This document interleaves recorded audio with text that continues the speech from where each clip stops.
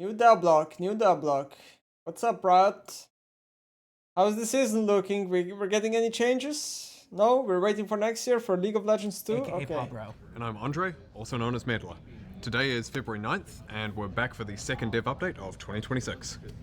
To kick things off, we wanted to talk a little about how some of the gameplay changes from January have landed. Game pacing has been a frequent topic we've seen that has some pretty polarized opinions. By design, there is a bit less downtime in the game. But they say a bit, a lot less. I mean, we were day one into the new season. Sorry, not a lot less, a lot more. We were day one into the new season. People were making like 5 Reddit threads per day talking about how there's way too much things to do in the game and how the game has become very exhausting. Overall game durations, though, are about the same as last year, due in part to some reductions in how much early leads can be snowballed. Phallites have been doing a good job of setting up safer side lanes for effective split pushing, which has improved top lane agency. Okay. I don't know, do top laners sit on yellow trinkets the whole game now? But we're still not sure about other aspects, like how much it lights up the jungle, so we made some initial adjustments in 26.3. That said, it has given us some tuning levers to enable balance of split pushing versus objectives at various points in the game, so we're going to be keeping an eye on them moving forward. And as for role quests, we've seen a clear consensus that they add some depth and additional fantasy to each role. Additionally, we've seen more satisfaction in roles that historically have kind of struggled at turning winning lanes into winning games, like ADC and top in particular. Moving forwards, we're going to be keeping an eye on those roles, as we're seeing quite a bit of later game power coming from them right now. Yeah, they're probably OP. Both quests are probably OP, right? Which is what we said. But it's like I like how they like. I like some things. I don't like some things. Like I think top quest needs to be nerfed. I think for ADC quest, it is good that ADCs now are like doing what they're supposed to do, which is high damage, but they get one shot quite fast. That's how the role should have worked like years ago. My problem with ADC quest is that after you get the ADC quest, you kind of need to give ADC all the kills in the game because they get simply too much gold from the quest. So now the whole game becomes give every kill to ADC just because the quest is too valuable, which I'm not sure. Also been keeping an eye on the items that made a comeback at the start of the season. We're seeing high adoption rate from the champions who historically built these items, like Gunblade on Akali or Stormrazor on Aphelios and Jhin. We're happy to see them hit the mark so far with their core play. I don't think Gunblade hits the mark, at least not from me. I think Stormrazor does. I think Stormrazor is amazing. If there are any items you'd like to see return, please let us know. We might bring a couple more back at some point. Except DFG. We're not doing DFG. Oh, he said it. Okay, moving on to ranked, we wanted to talk about some of the under-the-hood changes we made this year and how those have panned out. We've seen more of you start and stay consistent with your climbs than in previous seasons. Average time to get into game is down substantially, about 30% on average, which is great to see, with lobby dodges dropping from 19% of lobbies to just 4%, a major contributor. Last dodging, definitely very healthier for the game and definitely a good thing, right? Definitely. Like, I don't know what the stats are. Like, I would assume the stats are different in high elo. I'm pretty sure dodging was probably higher and lower now in high elo than before. Like, it's very noticeable, right? But he's saying that average time to get into the game is 30% on average, which is great to see. Sure, it's nice, right, that you wait less for the game. But you also have to admit that matchmaking quality has suffered a lot. I mean, we've had a lot of high elo players tweeting about it, right? Like, Range of cases where the ranked system wasn't doing a good job of identifying and distinguishing between different skill levels.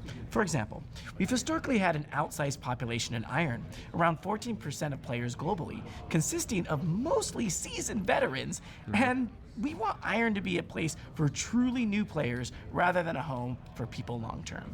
So we chose to adjust the MMR to rank correlation to get more experienced players out of Iron and keep Iron a true home for new players. Now, even okay, I don't think this really matters much, but they're doing this because I guess it's just like nicer to be bronze than to be Iron, pretty much. that adjustment might still not be enough to really distinguish between different skill levels, and we might someday even need an entirely new rank below Iron. okay, this kind of makes sense, right? They did the same with Emerald, right? They introduced Emerald, bring them between Plat and Diamond because they needed to like split the player base into more different brackets because else it's way harder to distinguish between, right? All of that. So what is it gonna be? Wood? Is that gonna be the next one? I think this is likely to happen. What they're saying, yeah. We also identified actually similar issues towards the top of the ladder. The skill differential between a player in Diamond 4 and Diamond 1 was roughly the equivalent of the difference between, say, Bronze 4 and High Silver. Okay. We don't want too large a difference in how people understand the game between the top and bottom of each rank. Okay. So we concluded that we needed to spread that player base over a wider range of ranks.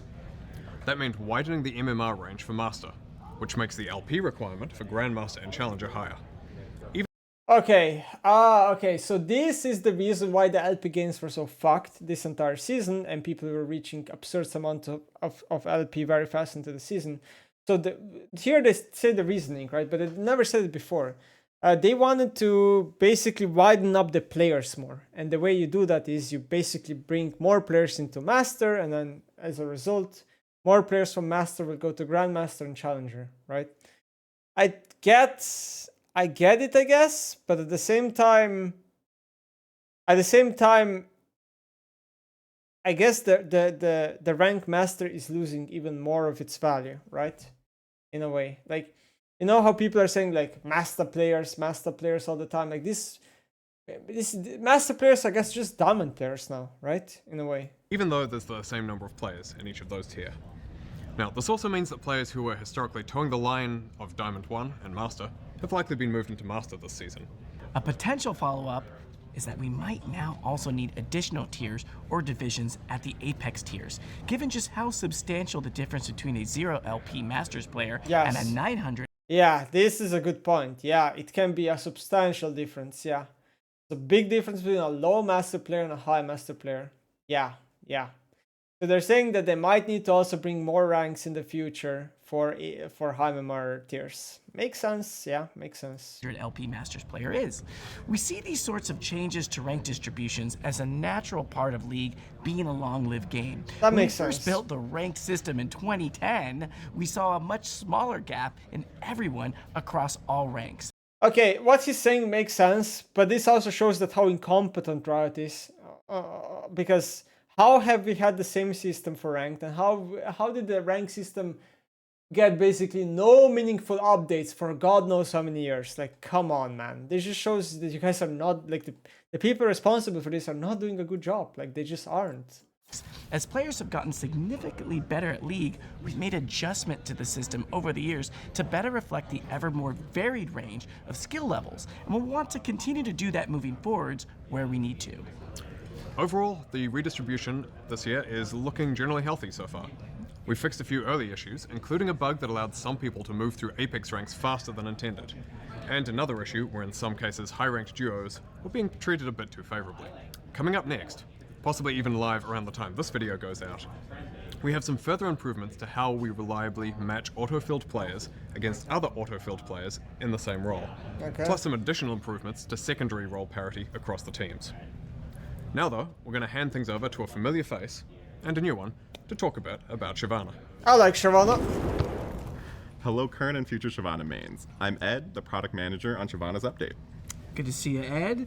I'm still Pabro, and we're here to talk to you about Shyvana and how we approached her update, which is coming next patch. Okay. When we announce a champion update, it can be both a super exciting moment for mains, but it can also cause a little apprehension.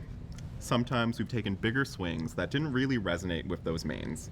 And when we started on Shyvana, we really wanted to hit with those of you who love her. So throughout the process, we brought a wide variety of her mains out to our office in LA to give us feedback on her gameplay, her art, and everything in between. Shyvana's Q was something that our mains really wanted to preserve. I mean, from my understanding, the kit is almost the same, so... For her update, it was one of her main ways to stack Fury, and its double hit is a great way to clear wards quickly. In her updated design, it will still provide an attack reset, and it now has recasts that quicken when attacking, so she can still clear wards and apply on-hit effects with ease. Okay. Additionally, it applies AoE damage for healthy clears, which is another part of her kit that we really wanted to carry over based on feedback. Okay. Another area that we wanted to not only carry over, but improve based on that feedback was her passive. That makes sense. During Yeah, the passive playtest, was we had a lacking. passive grant Way bonus too armor binary. and magic resist based off the number of large minions and monsters Shyvana kills, rather Okay. than just dragons. That was something everyone liked, but they wanted to see it applied to more parts of her kit. So now it also amps her W shield and grants more health in dragon form. Beyond specifics for gameplay, It's a though, scaling something champion, we right? heard from a lot When you give it a stacking passive like that, which is very... It's similar to Balvet in a way, right? It's gonna be a scaling champion. for mains, fan artists, and other creators is that they really wanted her feel But honestly, all dragons in the league kind of scale, right? It's like Aurelion Sol Smolder, they all have the same characteristics, so it kind of makes sense. like an epic dragon. And so we did. Shyvana's dragon form will actually be a dragon now, and when she attacks in dragon form, not only will her abilities change, but she will use her wings and her claws and her fangs to fight her enemies.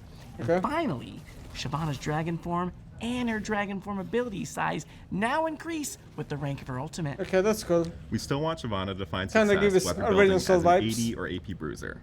That said, we know a few of you really love to play magic artillery mage Shyvana, so we made sure to keep that playstyle intact, just not as our most optimal build path. Yeah, they want her to be We Bruiser. can't wait for all of you to get a chance Bruiser's to play gonna be the Shyvana most when she hits optimal the path, Rift in patch which 26. I think makes sense Let's for talk the about her champion. skins. All of Shyvana's skins will be available, including her vaulted skin, and we're bringing back a special leg day bundle. If you know, Okay. you know. And for all the Shyvana mains out there who gave us feedback, really thank you for being part of this process with us. All right, that's it for now. Thank you, Ed. Andre's coming back. Okay, shifting Okay. gears a bit, we wanted to give you an update on ARAM Mayhem. Before we move on, like Shyvana, I just think Riot does a good job with reworks. I think they very rarely fail. The most failed rework that I can think of is Skarner rework. I don't think that one hit the mark. Every other rework that Riot has done is probably just good for the game. So I think Shyvana will probably be good.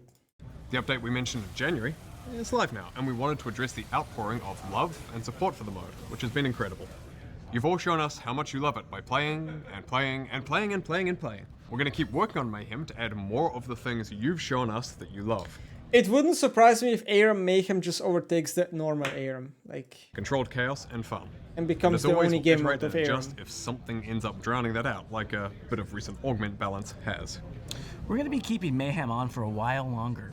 We don't have a specific end date in mind yet, but we'll be keeping an eye on They keep saying don't have a specific end date in mind yet. The reality is that it's going to stay forever. They're just gonna keep saying this so they can then announce it and make people happy. how long y'all want to keep playing it and how we can support the mode going forward. We'll also be back to talk more about Mayhem plans in a future dev update. But for now, be sure to check out the recent update and let us know what you think. And finally, we want to address some common questions from the internet. So you ready, Andre? Always. Okay. When is WASD coming to Ranked? WASD will come to Ranked when it is ready. We don't have an exact timeline yet. We want to make sure we've got a few more features in, addressed a couple of outstanding balance issues, and then we should be good to go in the coming months. Can Okay. you bring Twisted Treeline back? Not working on this right now, but I'll be real, we'd like to someday. Unfortunately, it's not as easy as just flipping on a switch, as some things need to be entirely Yeah, this is the thing, right? People think they can just bring Twisted Treeline back, but they can't. They need to basically build it from scratch again, which will take a lot of time and resources, and then they have to decide whether those time and resources is worth it. I mean, based on what they're saying right now, I think it's probably going to come back, but it's not going to be exactly the same as it used to be. It's probably going to be kind of different and with a lot of updates, and it's probably going to be like a temporary game mode is what I think. rebuilt in the League engine nowadays, but it is something we are excited and nostalgic for, so maybe. Where is True Skill 2? So we kind of may have counted our chickens before they hatched on True Skill 2. We're still evaluating whether or not it's the right tool for League. In some respects, it's performing really well. In other respects, we might be better served by making further improvements to our existing custom matchmaking system. Okay, so We'll keep you posted. not hopeful. Why don't we add more Okay. bans to League? We don't think League is better if everyone's favorite champion is banned, because realistically, the most popular champions tend to be the ones who are banned the most. Banning is about giving everyone a chance to exclude whatever they least want to play against, or with in some cases. So You get one bullet. there you Use it go. wisely. He said. Okay, so they're not going to increase the amount of bans in the game. And it's fair enough, right? It's always a tough decision to make because it's like this up, right? Then you have more options to ban the annoying champs, and then some people will never get to play their champion, and then if some people only enjoy playing one champion, so it's a hassle. I get it. But there is a lot of champs in the game, right? Like, we can't pretend there's 170 champions in League, bro. It's not like it was a few years ago, or you know, when it was like 100 champs. Like, it is reasonable to suggest there should be more bans nowadays compared to many years ago.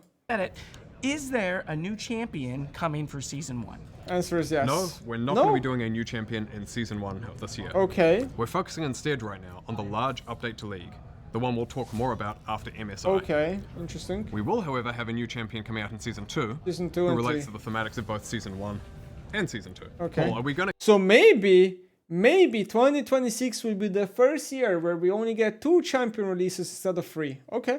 kill more champions fine with in the that. lore? Who dies next? The answer is maybe. I don't know. It could be potentially who I'm losing my next ranked game to. I don't know. But seriously though, we think there is some tension and a lot of value. only get one immersion or to only one the champion, experience when maybe. we do that. But we don't want to kill champions lightly. Some champions are dead. Some are gone and not coming back, and some may return in the future. So the answer is and always will be maybe. Okay. Are you making more improvements to inting, griefing, or bots? Yes, we are. We've always got ongoing work going on in the space. We think it's one of the most important things to make League a better experience. Okay. And we've got a large ban wave coming up to about 1 million botted or illegally transferred accounts that have been played in the past year. Okay. We'll let you know more Nice. as time goes on. Will this year have a year-long narrative? Every year is going to be different. There will be some connection between seasons 1 and 2 this year, but not so much as last year. Season 3 will be more standalone, and you're going to see why it's going to make sense later in the year. Okay. Okay, Paul, and a critical question for you. Can Shyvana lay eggs? I don't know, and I don't think we're doing this, so let's move on. Thank you very much. Okay. Okay, that just killed it. No more questions. Probably not going to do this segment again. It's always Shyvana eggs. That pretty much wraps up everything for us today. Thanks so much for watching, and please make sure to tune in for First Stand when games start on March 16th. Wait. And Wait. I got one more thing, Andre. I got one more thing. I want to take us all down memory lane. okay, over you, Paul. Okay, thank you. I want to take a moment to turn the camera on you, players. You. Some of you may have remembered when we used to have a little show called Summoner Showcase. Well, it's not coming back. But we do want to use our dev updates as a way to highlight some of the cool stuff that you are all doing in the community. Whether it's things you're making, Now though, Damn.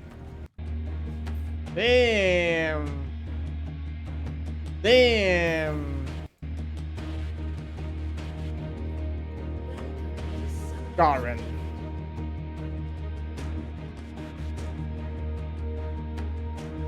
That's not Mundo. Okay, we're skipping that part. It's probably cringe.